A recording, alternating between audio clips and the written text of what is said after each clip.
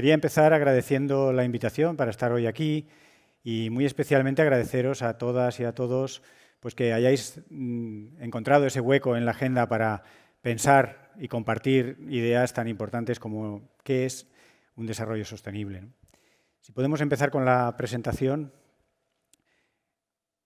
Hoy quería recordaros un día que fue un gran día para la humanidad, el día 18 de febrero de 2021, que muchos recordaréis porque en ese mismo día la NASA, junto con millones de seguidores en todo el planeta, celebraban que la sonda estadounidense Perseverance se posó sobre el planeta rojo, sobre Marte.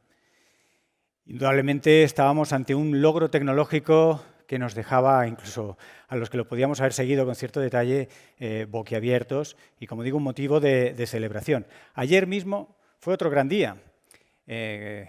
Una pequeña nave, un pequeño helicóptero, voló por primera vez en una atmósfera que no fuera la atmósfera terrestre. Otro gran logro tecnológico del que sentirse profundamente satisfechos. No sé si notáis una cierta ironía en mis palabras, pero realmente hasta ahora, que sepamos, el único planeta en el que tenemos cabida y con el que podemos contar es el planeta Tierra. En el planeta Tierra hay una capa muy fina, muy estrecha, apenas importante en términos de peso, de volumen, de lo que es la inmensidad del planeta Tierra, que se denomina biosfera, esa capa de la vida, y no la entendemos muy bien. Hay muchos aspectos de esa biosfera que todavía nos intrigan, ¿no? Ya llevaban los egipcios, los griegos, en el Renacimiento, tantos observadores naturalistas que estudiaban esos animales y plantas, y todavía hay miles de cosas que no entendemos. Pero sabemos lo suficiente como para ponerle números a la degradación y al grado de afectación a esa capa de la vida, que es fundamental, sobre todo, para nuestra propia vida. Ya no estamos en la fase del ecologismo inicial en la que se salvaba el planeta, porque el planeta no hay que salvarlo, el planeta probablemente esté, hagamos lo que hagamos, ni tampoco es una fase en la que tengamos que salvar animales, como quien salva en el Arca de Noé a las afortunadas especies que han merecido su atención. No, a los que tenemos que salvarnos es a nosotros mismos. Esto es precisamente lo que se encapsula con ese concepto de cambio global.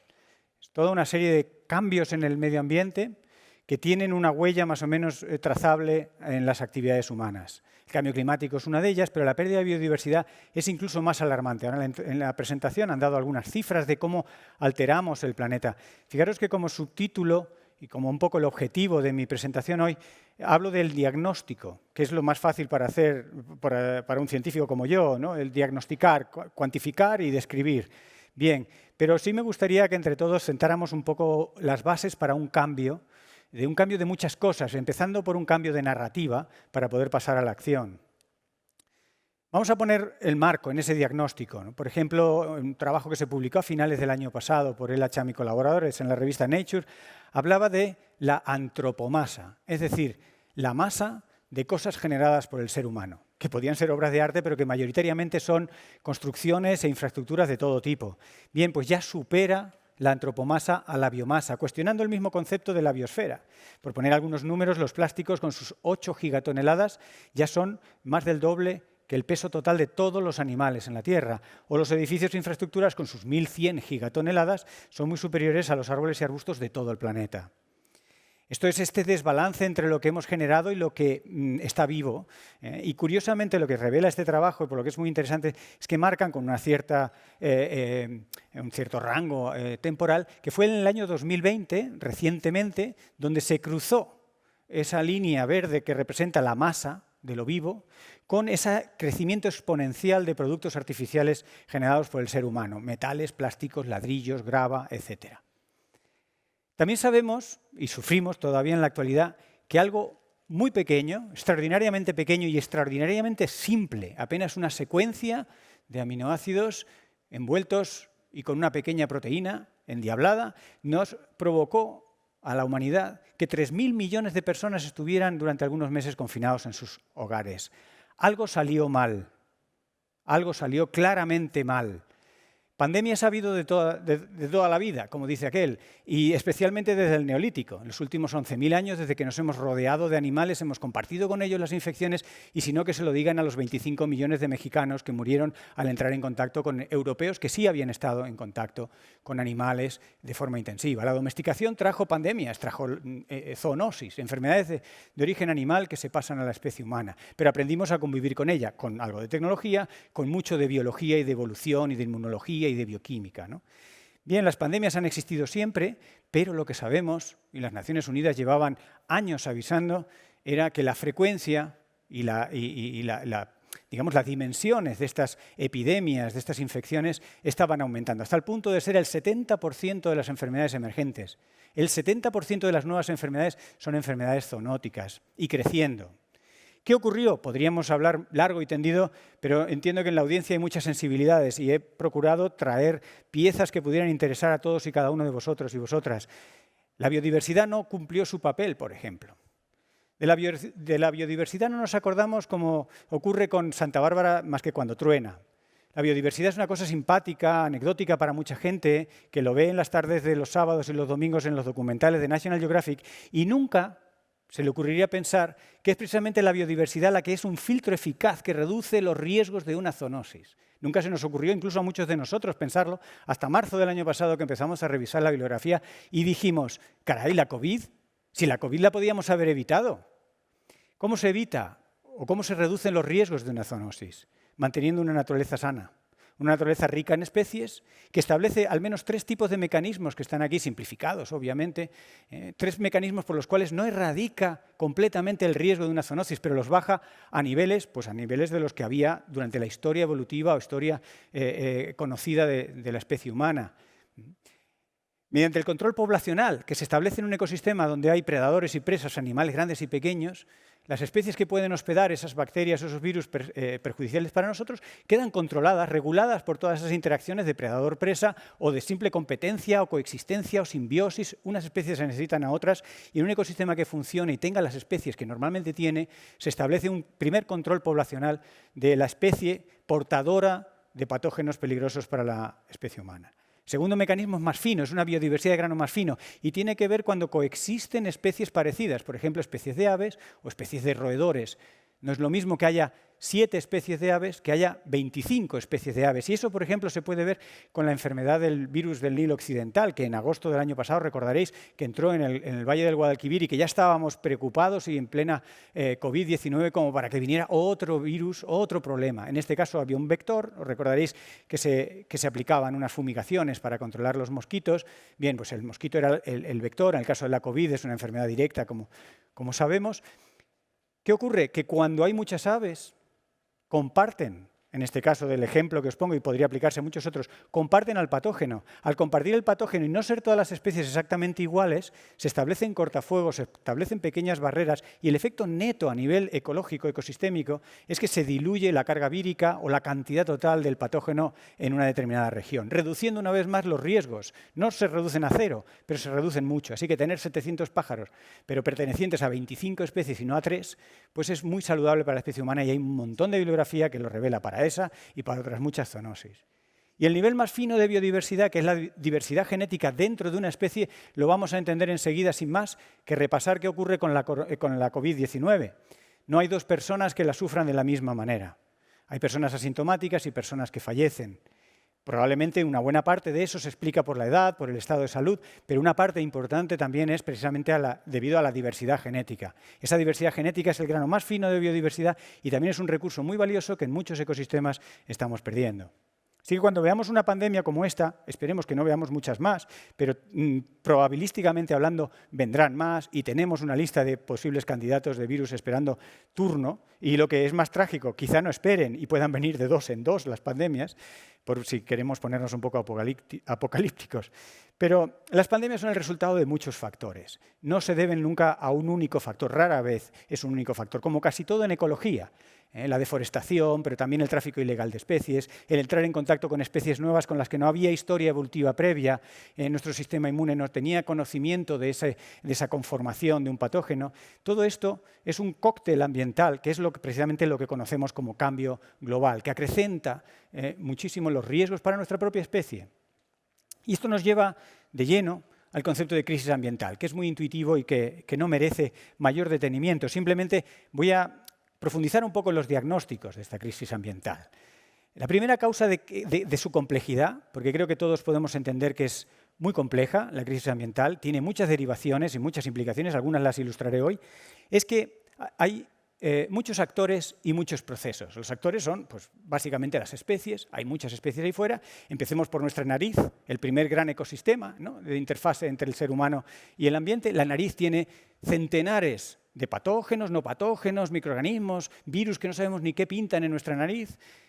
A partir de todos esos actores aparecen un montón de procesos ecológicos, y son los procesos ecológicos los que nos pueden preocupar, porque a veces no funcionan, ¿no? A veces algunas funciones que necesitamos que tengan lugar no tienen lugar porque el ecosistema está enfermo, por decirlo de formas análogas a nuestra propia salud. Entre las tres grandes causas, motores, impulsores de esta crisis ambiental está el cambio climático. Todos lo tenemos en la cabeza, es algo que ya prácticamente nadie queda ajeno a ello. Sabemos que el año pasado fue un año de récords, fue el año más cálido desde que tenemos registro, empatado con el 2016, y sabemos que los 7 años más cálidos desde que tenemos historia han estado en la última década. Incluso en verano del año pasado, en agosto, se batió un récord absoluto de temperatura con más de 54 grados. Pensar que a los 50 grados muchas proteínas se desnaturalizan, así que en el Valle de la Muerte se puede hacer un huevo frito sin más que poner la sartén en el suelo. El calentamiento global, así, en promedio de la temperatura atmosférica, no es tan sorprendente. Es un promedio y es un 1,1 grado de calentamiento respecto a la época preindustrial. Mucha gente piensa, caray, eso no es nada. Si es la diferencia que puede haber entre mi salón y la cocina, o entre, qué sé yo, no es nada, ¿no? A lo largo del día, en una ciudad contrastada como es Madrid, se pueden sufrir oscilaciones de 15, 20 y más grados, ¿no? Bueno, esto es un promedio, hay zonas más cálidas, zonas más frías, y pensar que si multiplicamos este ligero aumento de temperatura por el tremendo volumen de la atmósfera, estamos hablando de muchísima energía atrapada por los gases famosos de efecto invernadero. Este calor tardamos mucho tiempo en entender dónde estaba, y hemos visto en las últimas décadas, y hay un estudio reciente, un informe además que se hizo hace un par de años, público, muy extenso, donde documentaba cómo los océanos y los mares han almacenado una gran cantidad de calor, muy poco a poco y apenas perceptiblemente, porque estaba en el límite de la resolución instrumental para detectar cambios en la temperatura, pero fracciones de grado en algo tan gigantesco como son los océanos, es mucho calor almacenado. ¿Y ahora qué está ocurriendo? Pues ahora ese calor está entrando en acción. Ese calor que gradualmente se fue acumulando tanto en las capas más superficiales como en las más profundas del océano, ahora están debajo de procesos tan notorios como son los huracanes o como son las gotas frías. Fenómenos que ocurrían, pero que están ocurriendo, igual que las enfermedades emergentes, con mayor frecuencia y mayor intensidad por nuestra actividad, por nuestra intervención, ¿no? Y una broma muy divertida de estas que hizo Trump era hacer bromas con el frío y el calor, ¿no? Y que cuando una ola de frío en el año 2018 azotaba la costa este de los Estados Unidos, él hacía el sarcasmo de dónde estaba el cambio climático cuando se le hacía tanta falta o se le esperaba, ¿no? Bien, eso demuestra hasta dónde puede llegar la ignorancia. Es simplemente leer o preguntar a alguien que sepa. Y nos consta que Trump estaba rodeado de personas que sí sabían, y él mismo probablemente supiera mucho más de lo que nos contaba por Twitter. El frío es muy compatible con el calentamiento global. Es muy compatible porque de las cosas que ocurre cuando calientas la atmósfera es que se energiza, y al energizarse los eventos extremos se hacen más frecuentes. Los eventos extremos van asociados a disociaciones de sistemas que estaban normalmente en un cierto equilibrio. Se pierden equilibrios. Por ejemplo, ¿qué ocurrió con Filomena?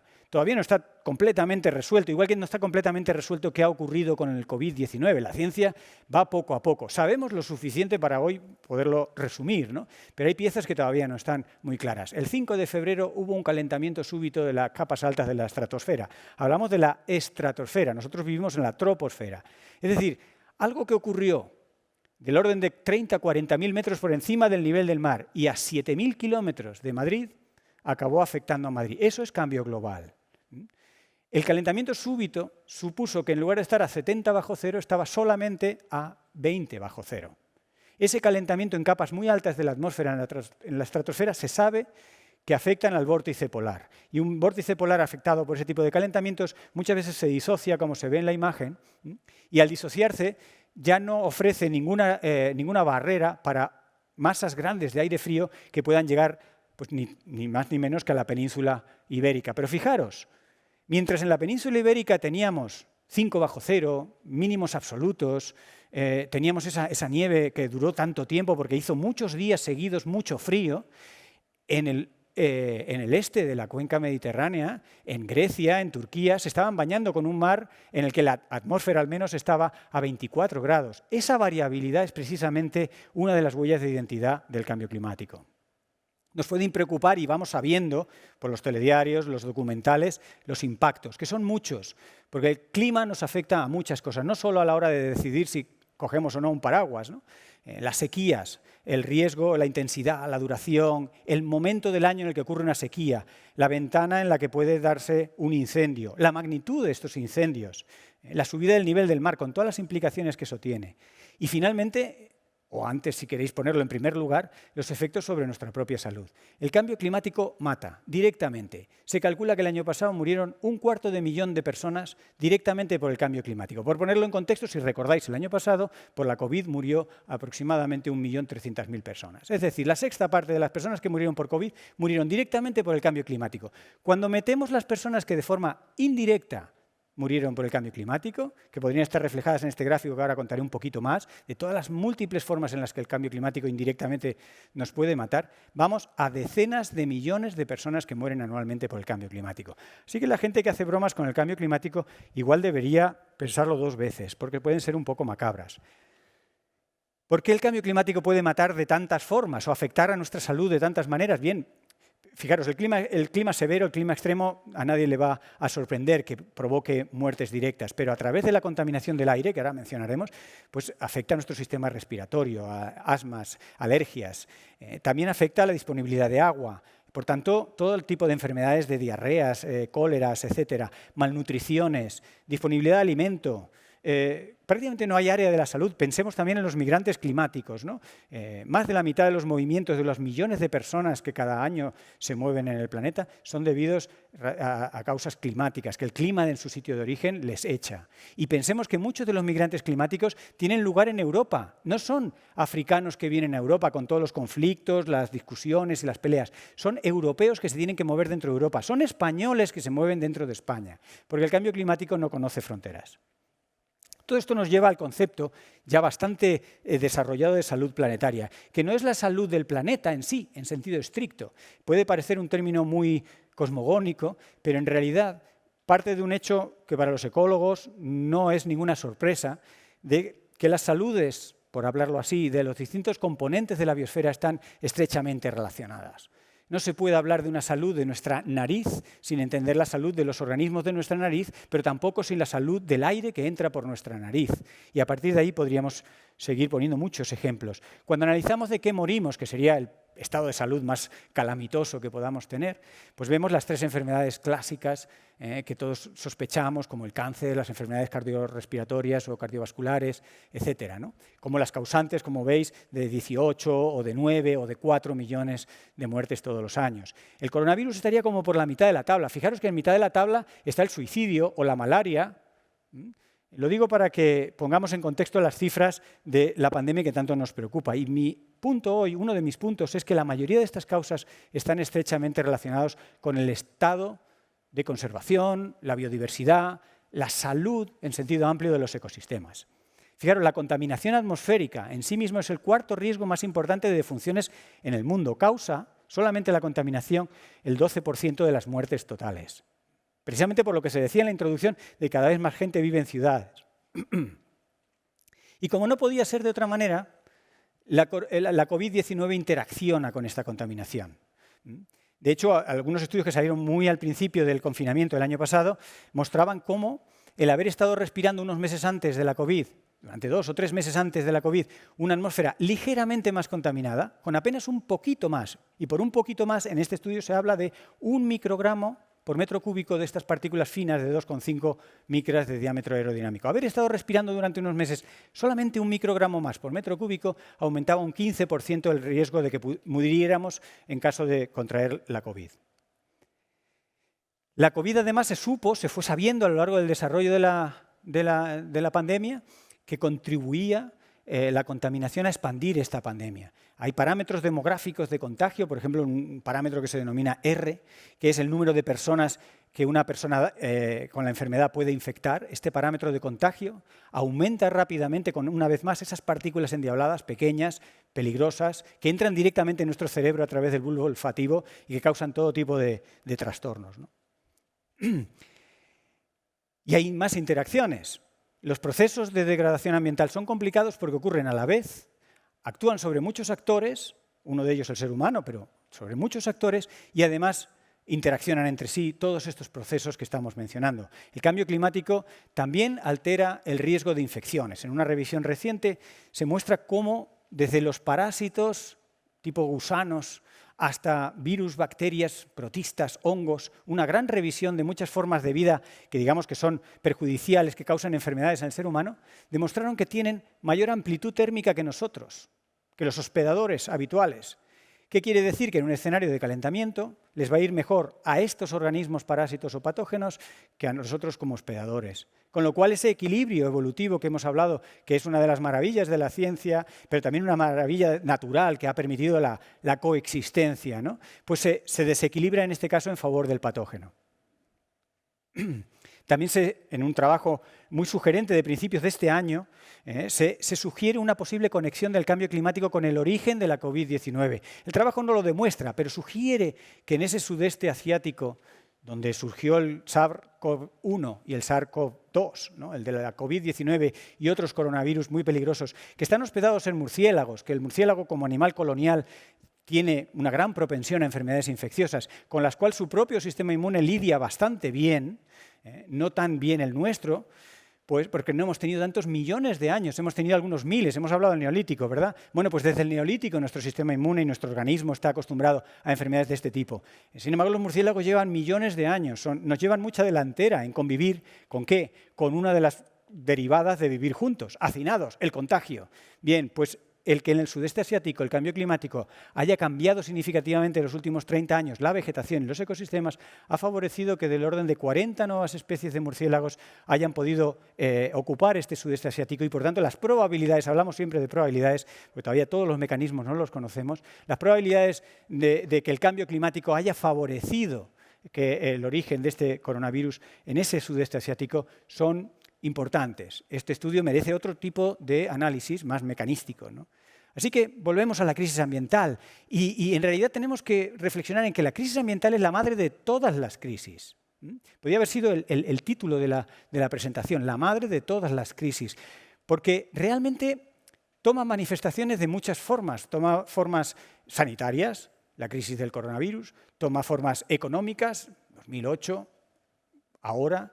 Toma formas energéticas, el petróleo barato se acabó, el pico del petróleo acaba de pasar y estamos abocados a una crisis energética, dentro de una crisis económica, dentro de una crisis sanitaria, y son en realidad variantes de la gran madre de todas las crisis, que es debida a nuestra relación con la naturaleza, una relación no sostenible, ¿no? Bien, hemos hablado de las fuentes de complejidad de esta crisis ambiental, pero es que la crisis ambiental tiene una característica, un ingrediente particular que lo hace tremendamente complicado. Tiene un ingrediente muy sui generis que nunca he sabido cómo llamarlo y que le llamo efecto trampas al solitario. Este efecto trampas al solitario, que ahora ilustraré con algunos ejemplos, tiene que ver con la falta de coherencia, con objetivos contrapuestos y con deseos inconfesables.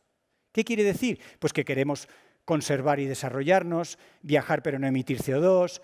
Estamos constantemente sometidos a unas tensiones en las cuales pocas veces hablamos honestamente de las cosas y le llamamos por su nombre. Tanto es así que una filósofa muy conocida española, Marina Garcés, habla de que no nos atrevemos a decir las cosas por su nombre y nos inventamos comodines como esto no funciona, parece que esto no va bien, es que las cosas no son como antes. Pero si no estamos hablando del sistema socioeconómico, ¿por qué no hablamos del sistema socioeconómico? Porque es mencionar una cosa muy peliaguda. ¿Cómo va? ¿Será usted anarquista o antisistema? No, pero ¿no es esto el origen de los problemas ambientales? Bien, pues esto que le llamo las trampas al solitario, podemos empezar a ilustrarlo con salvar los delfines. Este tipo de imágenes tan tremendas, en las cuales se mata, digamos, sin piedad, a los delfines acorralados o en esta isla de Japón, en Taiji, o en las Islas Feroes, en Islandia, donde se acuchillan a los delfines, ha movido millones de euros en donaciones. La gente se le parte el corazón al ver esa batalla cuerpo a cuerpo entre unas personas con neopreno y unos delfines que no pueden escapar, ¿no? Y que lo tiñen todo de rojo de la sangre de los pobres delfines. Estas son imágenes cruentas que mueven a la gente, a movimientos internacionales para salvar los delfines. Y aquí empieza una de las primeras trampas al solitario. Si realmente lo que nos preocupa es salvar los delfines, tenemos que mirar dónde mueren más delfines. Y mueren 2 órdenes de magnitud más delfines por la pesca accidental que por estas escenas tan tremendas. Las donaciones no tienen que ir tanto, si lo que nos preocupa es que no mueran delfines, a evitar esas masacres tan crueles, sino a cambiar, ni más ni menos, nuestro modo de pesca. Claro, detectada esta pequeña sorpresa, pues se inventaron, o se han inventado, o pululan por ahí unas certificaciones sobre Dolphin Safe, que te ponen un sello de que esto es seguro para los delfines. ¿Seguro para los delfines? Cuando se hace la más mínima indagación, en realidad disminuyen en menos de un 1% las capturas accidentales de los delfines, que recordar, son del orden de 2 órdenes de magnitud mayor que los delfines que se matan directamente. Estos son el tipo de trampas que nos hacemos nosotros. Detrás de ahí está el cuestionamiento ni más ni menos que del sector pesquero. Esta es una lista muy personal y digamos, provocadora de estas trampas al solitario, ¿no? Tenemos, por supuesto, el greenwashing, ¿no? Todo ese ejercicio de lavado de imagen en el cual decimos todo va estupendamente. ¿Por qué? Porque en esta parte hacemos una economía circular, o porque al organizar un evento o al tal, reciclamos, o tomamos alimentos de proximidad. Claro, pero hay que mirar el ciclo completo, ¿no? Esto es una de las cuestiones clave ahora mismo en relación al cambio climático. Lo de salvar delfines, cuando en realidad lo que tenemos es que fijarnos en la pesca, es otro de estos ejemplos. Los plásticos, que ahora han dado lugar a una escultura, a una obra muy interesante, muy sugerente, ¿no? Sobre las artes de pesca, de distintos colores, los colores del mar. Hemos pensado y nos sentimos muy culpables de que hemos llenado los mares de plásticos con nuestras pajitas y nuestras bolsas. Los datos nos revelan eso.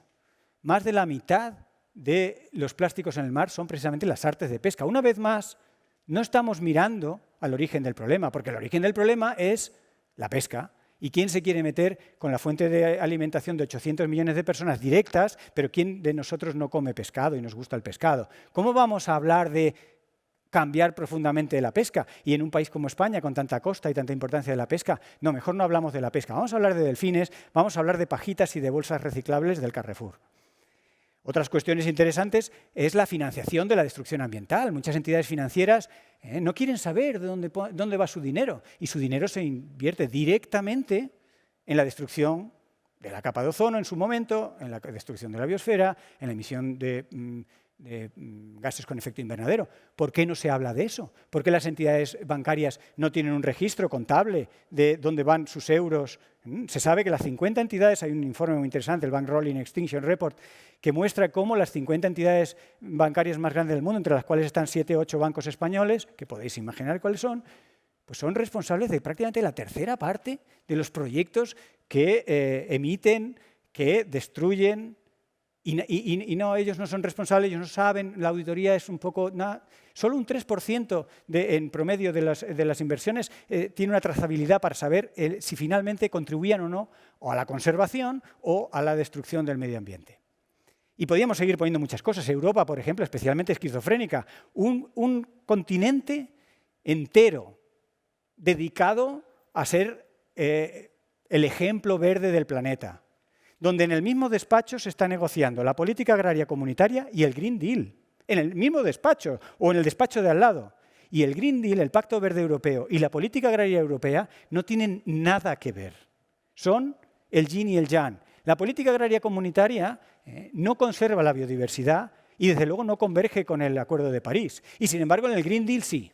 La misma Europa pone unos fondos a trabajar de una manera, a producir tomates de una manera no sostenible y sin embargo nos quieren convencer de que vamos a poner unos fondos que económicamente van a ser todos muy verdes. Pues a mí eso me parece, esto que digo de las trampas al solitario. Por eso la crisis ambiental es tan difícil de gestionar. Si no llamamos a las cosas por su nombre, yo no estoy diciendo que haya que detener todas estas cosas, pero primero hay que ponerles el nombre de lo que es. Y si no es verde, pues lo siento, tendremos que usar un color de transición hasta que el Pacto Verde pueda acabar siendo verde, ¿no? Y fijaros, un aspecto muy interesante es el de los hospitales. Y en esta Comunidad de Madrid el tema de los hospitales es muy delicado. Están saturados por la crisis de la COVID-19, se ha construido un nuevo hospital y preguntando al sector sanitario, un fenómeno que no es solamente madrileño, que no es solamente español y que no es solamente europeo, sino que es internacional. El ser humano, posiblemente por sus orígenes atávicos como especie, es más proclive a hacer un hospital que a evitar que la gente enferme. Esto complica mucho las cosas. Sabemos que prevenir es mucho mejor que curar. De hecho, para las pandemias hay datos publicados en la revista Nature por Dobson y colaboradores el año pasado que es 1000 veces más barato atajar todas las pandemias o reducir significativamente el riesgo de pandemias que lidiar con una única, con la COVID-19, 1000 veces más. Los números los puedo buscar si tenéis interés. Pero no, nosotros no prevenimos. Nosotros hacemos hospitales y creemos que con eso nos cuidamos de nuestra salud. Pues no, cuando ya las personas ingresan en el hospital ya es tarde. Lo que hay que evitar es que enfermen. Y para evitar que enfermen hay que prevenir. Y aunque no sepamos muy bien cómo se previene, hay que hacer grupos multidisciplinares. Y aunque no sepamos muy bien cómo trabajan los grupos multidisciplinares, solamente poniendo a un antropólogo, a un psicólogo, a un sociólogo, junto a un virólogo, junto a un matemático, un físico, un químico, es como podremos realmente poner un sistema de alerta temprana y reducir significativamente en el escenario actual el riesgo de pandemias, pero también el riesgo de filomenas. Me voy acercando al final. Hay 4 aspectos del cambio necesario para abordar esta crisis ambiental que empiezan a tener respaldo en más disciplinas que la que yo represento en primera persona, que puede ser la ecología, ¿no? El primero es cambiar el sistema económico. Ya lo he hablado. A mí lo que me gusta es que ya hay cada vez más economistas que lo dicen. Entonces, que un economista te diga que no hay que hacer caso a los economistas, a mí personalmente me da bastante confianza. En segundo lugar, hay que cambiar el modelo energético. Ya lo que decíamos, Antonio Turiel es mucho más drástico que yo, pero él es físico, él trabaja mucho, ha trabajado mucho con la crisis del petróleo y él lo pone en términos bastante apocalípticos. Su libro se llama Petrocalipsis y habla de que el petróleo barato se acabó y con ello solo estamos abocados a un decrecimiento, que lo único que podemos hacer es como un planeador que va descendiendo. En ese decrecimiento podemos elegir dónde aterrizamos, pero no podemos elegir el retomar vuelo y el relanzar ninguna economía en el marco que hay. Este es el escenario que plantea Antonio, apoyado por mucha otra gente, que yo tiendo a pensar que también hay mucho de eso, ¿no? En cualquier caso hay que cambiar el modelo energético, igual que hay que cambiar el modelo de empresa. Hay empresas que se empiezan a cambiar por arriba, como que sus líderes se hacen ecologistas, y entonces empiezan a echar a CEOs y a responsables, en fin, a asesores que están con el chip cambiado, ¿no? Pero no hay que esperar a que todas las empresas empiecen por arriba a cambiar, también hay que empezar a empujarlas por abajo, a nivel de consumo, a nivel de imagen corporativa. Y, por supuesto, el cuarto aspecto, un pilar fundamental, esta conexión de cómo estamos de felices, porque una de las saludes más importantes es la salud psicológica, que ya es una de las primeras enfermedades de la humanidad en el siglo XXI. Y la enfermedad psicológica tiene mucho que ver con el bienestar, con cuestiones que conoceréis todos, por desgracia, del estrés, la ansiedad, la depresión. Y estas cosas se curan incluso en la naturaleza urbana. Hay trabajos muy buenos que hablan de esa segunda naturaleza que hay en las ciudades, cómo es la mejor vacuna, la mejor medicina. Bien, este es el concepto de salud planetaria y ya estoy acabando. No sé cómo vamos de tiempo, pero me quedan como 4 o 5 minutos, o 3. Hay una serie de intangibles sin valor monetario que tenemos que empezar a potenciar. Entre ellos, por poner algunos, la confianza y el prestigio. Entre los científicos son 2 cosas que se ganan con mucha dificultad y se pierden inmediatamente. Cuando un científico manipula los datos, pierde completamente su confianza y su prestigio. Y lo mismo debería ocurrir, pero no ocurre con los políticos, y lo mismo debería ocurrir en mecanismos también en positivo.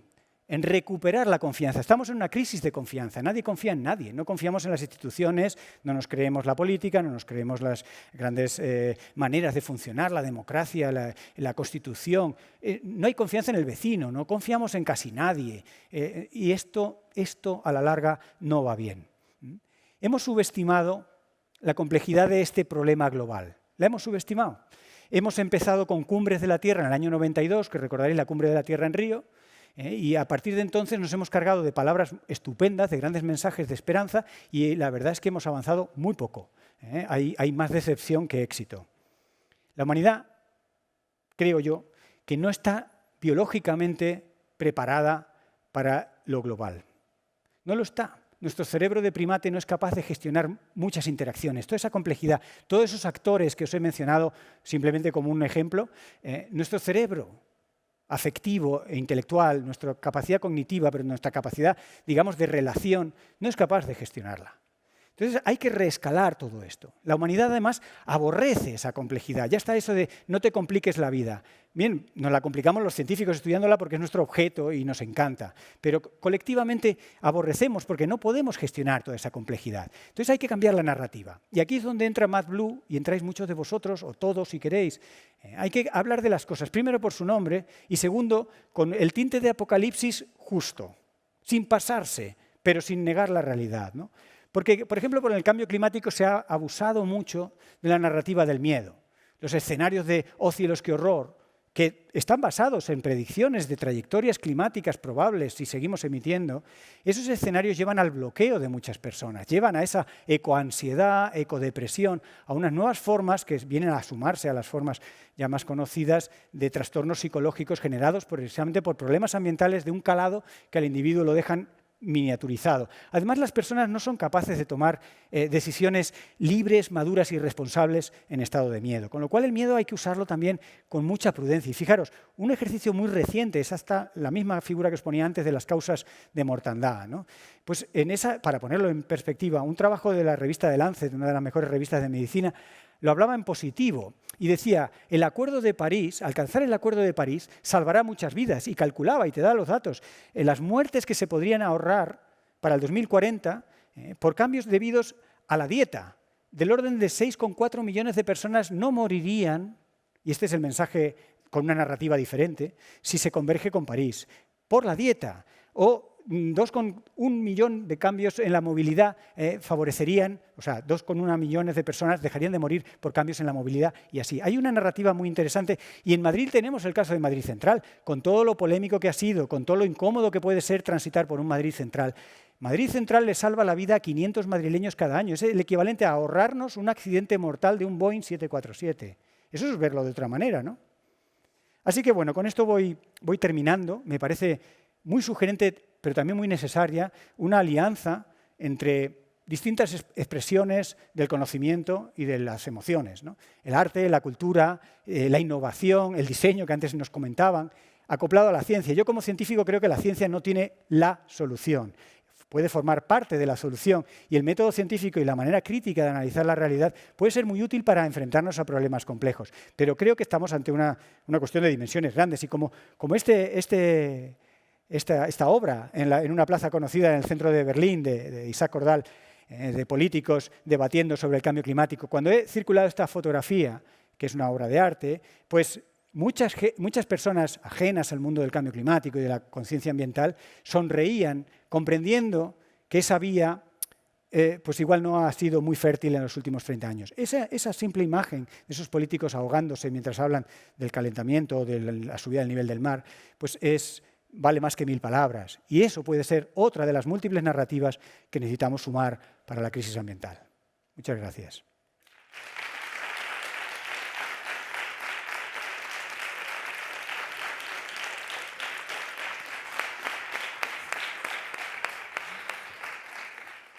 Pues muchísimas gracias. Creo que hemos disfrutado bastante, sobre todo los datos que nos ha traído. Bueno, y yo creo que es el momento de hacer llegar vuestras reflexiones o preguntas. La dinámica que vamos a seguir por las restricciones del COVID es la siguiente. levantáis la mano si tenéis alguna pregunta y a viva voz la lanzáis para que nos llegue a Fernando y a mí. Y a ambos lados tenemos pues bueno, 2 azafatas con micrófonos para hacernos llegar el mensaje en el caso de que no podamos escucharos. No sé si tenéis alguna pregunta o alguna duda al respecto. Ha quedado bastante clara, la verdad. Sé que es un torrente de información el que he soltado y a veces cuesta... Bueno, yo te digo, no tenemos que irnos... nos recordabas el dato de temperatura absoluta a nivel mundial, que eran los 55 grados en el desierto de California, pero que no nos tenemos que ir muy lejos. En que Córdoba. Aquí, en Montoro son 47,3 grados y en mi pueblo, que soy de Écija, se puede freír el huevo en pleno verano, y ya estamos aquí también sufriendo los efectos del cambio climático, y lo de la energía calorífica también que conservan los océanos es bastante interesante de cara sobre todo a la primavera. Ahora que mencionabas esto de la temperatura, una de las cosas que hay que trabajar mucho es en razones para el optimismo. Yo le llamo así, hay un pequeño programita de radio en el que contribuimos. Y, por ejemplo, esto que dices de que en Córdoba la gente ya está muy habituada al calor, pues es un mensaje de optimismo, porque fijaros, la temperatura que dispara la visita al hospital, es un parámetro médico que se puede mirar, en Pontevedra es 23 grados. Y en Córdoba es 36. Así que hay todo ese rango de adaptación que podemos es muy interesante, y si es verdad que me gustaría hablarlo contigo porque eres biólogo, tengo la sensación que a medida que avanzamos en las nuevas generaciones, cada vez somos más o menos adaptativos en general. O sea, somos como más cómodos, ¿no? Antiguamente, yo pongo un ejemplo, alguien que me pilla muy de cerca, mi chico que está aquí en el patio de butacas, pero yo digo, si no duerme en una buena cama o una buena temperatura, o si nos vamos a la selva, por ejemplo, de vacaciones, y me dice, pero bueno, con ese contenido de humedad o con ese calor, o la habitación, yo necesito tener unas condiciones óptimas para poder estar bien, para poder estar tranquilos. Y sí me da la sensación que mi abuela, por ejemplo, se adaptaba mucho mejor que yo. Bueno, una característica del ser humano a lo largo de toda su historia, pensemos que el ser humano ha estado en un momento crucial, por ejemplo, con un cuello demográfico en el que solamente se calcula que había 500 mujeres reproductoras en todo el planeta de nuestra propia especie. Fue un cuello demográfico tremendo, y tanto de ese cuello demográfico como de otras grandes crisis de pandemias se ha salido adelante gracias a la gran capacidad adaptativa de Homo sapiens. Pero claro, ya se dice que fácil es acostumbrarse a lo bueno. ¿Qué quiere decir? Que nuestro cuerpo, que está acostumbrado, por ejemplo, puede estar muy acostumbrado y preparado para el estrés, si tú lo mimas, se ablanda, se acomoda a una cama y tiene unos requerimientos tecnológicos que no le hacen mucha falta, pero se ha acostumbrado a eso, y dar marcha atrás es difícil, lleva un tiempo, ¿no? Pensemos, por ejemplo, en la obesidad, que es un grave problema de salud. ¿Por qué resulta de la obesidad? Porque durante nuestra historia evolutiva era muy improbable que comiéramos de más. Nuestro cuerpo era un gran captador de recursos cuando los había, y como siempre había en defecto, nunca se dio evolutivamente esa situación de que tuviéramos exceso, ¿no? Y ahora tenemos el síntoma de la pobreza con la obesidad, que es una mezcla, una combinación rarísima. Claro, pero curiosamente estamos cavando nuestro propio agujero, porque nos estamos haciendo cada vez menos adaptativos, y el sistema cada vez nos fuerza aún más con fenómenos extremos, con sequías, inundaciones, deforestaciones, temperaturas extremas. Nevó, cayó aquí en Madrid, que evidentemente no estábamos habituados o acostumbrados, porque también has hecho una reseña bastante importante sobre el sistema de planificación, de ordenación de territorios o de gestión de áreas. Claro. Creo que también es muy interesante. Está cambiando el clima, está cambiando los patrones, tenemos inviernos o veranos mucho más cálidos o secos, pero seguimos viviendo igual, seguimos con los mismos planes estratégicos, por ejemplo, de gestión de agua o de Pero también sequía. hay mensajes para el optimismo en eso, porque la ola de calor del 2003, por ejemplo, que se llevó por delante del orden de 40.000 europeos, que ahí es nada, ¿eh? Si eso hubiera sido en África no hubiera pasado nada, pero eran europeos. 40.000. Bueno, pues olas de calor bastante peores que ocurrieron años después, hace no mucho, ya muere mucha menos gente. ¿Por qué? Porque tenemos capacidad de adaptación. Y la adaptación tiene que ver con cuestiones biológicas, fisiológicas, de tolerancia al calor, que las puedes acostumbrar o te puedes entrenar trabajando al aire libre o trabajando en aire acondicionado, pero también con cuestiones sociales, culturales, ¿no? De cómo se vive, cómo vive una persona de Córdoba. Los tejados de zinc que mataron a tantas personas en París, en la ola de calor, son impensables en Montoro. Nadie en Montoro te pone un tejado de zinc. Eso es una selección cultural de miles de años de vivir en régimen. Entonces, hay también un voto de confianza que tenemos que tener tanto en los sistemas naturales como en nosotros como sistema natural y sociocultural, ¿no? Que tenemos un margen de adaptación. Pero es verdad que la adaptación tiene un tope y por eso tenemos que evitar llegar a cruzar esos topes, ¿no? Que por eso es la mitigación, que va en paralelo a la adaptación. Confiar en la adaptación, pero no confiar todo a la adaptación, porque tiene unos límites, ¿no? Mejor mitigar que adaptarnos, ¿no? Mejor prevenir que curar. Exacto. Pero ¿crees que el desarrollo económico va ligado o es directamente proporcional al progreso? Mira, le has puesto un adjetivo que yo animo a que lo quitemos, el económico. El desarrollo no es incompatible con nada, pero el económico sí. Y hemos puesto siempre en el eje X de todos los gráficos el Producto Interior Bruto. Y ese es nuestro gran problema, que solo somos capaces de medir o que solo estamos contentos midiendo el éxito monetario, financiero, económico, cuando el desarrollo de la sociedad, y entre otras cosas, un summit como el de MadBlue, se mide en otras unidades. Ya hay países que tienen índices de bienestar, se están ensayando desarrollos culturales, desarrollos sociales, desarrollos igualitarios. Hay mucho margen de desarrollo, porque el ser humano necesita un horizonte de crecimiento, de expansión, de desarrollo, para tener motivación. Muy bien, no tiene por qué tener huella ambiental. Es si le pones el adjetivo económico cuando las cosas se empiezan a complicar. Y aún así hay economías peores que otras. Y con toda la circularización de la economía hay formas de atenuar esa huella ambiental. Estoy de acuerdo contigo. Yo creo que el arte y la cultura, sobre todo también la educación, es un despertador social, colectivo, pero también creo que necesitamos legislación, necesitamos nueva estructura, hacer un nuevo planteamiento desde arriba, empresas, banco, políticos, hasta abajo, y darle esa vuelta pues, para incluso que esas nuevas leyes sean vinculantes, ese observatorio, ¿no? que nos garantice que podemos hacerlo. Porque sí es verdad que a lo mejor buscar algún mecanismo de fiscalidad verde nos puede interesar, algún tipo de ayuda. ¿Cuántas pymes tenemos en España? Claro. No, ahí hay mucho que hacer. La ley de cambio climático, que sabéis que la semana pasada pasó ya su trámite en el Congreso y que está ahora en tramitación en el Senado, pero que probablemente salga, que es una ley que ha venido a incomodar, porque es incómodo cambiar de cosas, cambiar de hábitos, cambiar de modo de transporte, cambiar de cosas, a todos nos da pereza. Es una ley que no contenta a los más ecologistas y ambientalistas, y es verdad que desde el punto de vista científico se queda corta. Es una ley que no gusta a nadie, pero como digo muchas veces hay que aprender a quererla, porque necesitamos ese marco jurídico para poder construir y anclar propuestas concretas de desarrollo, en este caso no solo económicos, ¿no? Esa transición ecológica tiene que tener un marco jurídico. Y, por ejemplo, de las cosas que le faltan a la ley de precisar son los incentivos fiscales. Hay todo un mundo que probablemente se vaya desarrollando. Pienso que es mejor la ley ahora, aunque sea imperfecta, que esperar a que venga la ley perfecta, ¿no? Pero en esa ley le faltan incentivos fiscales y maneras de acompañar la transformación que necesitamos, ¿no? Por supuesto. Y ahora que no nos escucha nadie, ¿quién tiene más capacidad de influencia sobre los políticos? ¿Los votantes, el ciudadano de a pie, nosotros, o los científicos? Pero eso está clarísimo, ¿no? O sea, está clarísimo. Mira, hay un estudio que me gusta mucho del ámbito de la psicología que dice una primera cosa que no nos va a sorprender a nadie. Los políticos mienten más que las personas normales. Esto es el primer dato incontestable. Una revista que el que quiera le paso la referencia. El segundo dato es más pertinaz porque dice, aquellos políticos que mienten más les va mejor. ¿Y cómo miden el mejor? En términos electorales. Entonces, es otro de esas trampas al solitario que nos hacemos. Valoramos la honestidad, pero en realidad premiamos electoralmente a un político que miente. Estas son las cosas que hay que cambiar, ¿no? Entonces, ¿a quién hace más caso el político? Pues te lo estoy contestando, te estoy poniendo datos sobre la mesa. Los científicos hemos estado como floreros. Y en la fase gloriosa de la ciencia, en la COVID-19, que fue de marzo a junio del 2020, cuando todo el mundo estaba tan preocupado que se escuchaba la ciencia, ¿qué hacemos? ¿Qué hacemos?